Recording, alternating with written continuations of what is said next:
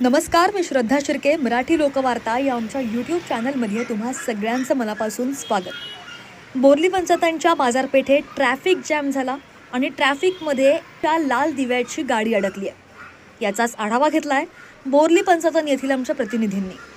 मारुती नाका ते एसटी स्टँडपर्यंतची बाजारपेठ नित्यनेमाने गजबजलेली असते आणि याशिवाय 2 व्हीलरपासून 4 व्हीलरची लहान मोठी वाहनांची वर्दळ सुद्धा असतेच. यामुळे ट्रॅफिक जॅम होत असतं. वारंवार पत्रकारांनी ट्रॅफिक पोलिसांची मागणी करून सुद्धा नित्यनेमाने ट्रॅफिक हवालदार मात्र अद्यापपर्यंत उपलब्ध झालेला नाहीये. मराठी लोकवार्ता या यूट्यूब चॅनलने आणि महानगरी टाइम्सनं बातम्या देऊन सुद्धा रायगड जिल्हा वाहतूक पोलीस निरीक्षक यांचं लक्ष वेधलं होतं, परंतु त्यांच्याकडून एकच उत्तर आलं, लवकर ट्रॅफिक हवालदाराची नेमणूक करता येईल.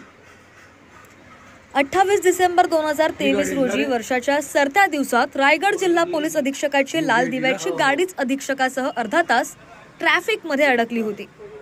निदान याची जाणीव आणि त्यांनी घेतलेल्या ट्रॅफिक जॅमचा अनुभव लक्षात घेऊन तरी कायमस्वरूपी ट्रॅफिक हवालदारची नेमणूक करणार का, असा सवाल परिसरामध्ये उपस्थित होतोय. अशाच काही महत्त्वाच्या बातम्यांचा आढावा घेण्यासाठी फॉलो, सबस्क्राईब आणि लाईक करायला विसरू नका मराठी लोकवार्ता या आमच्या यूट्यूब चॅनलला. नमस्कार.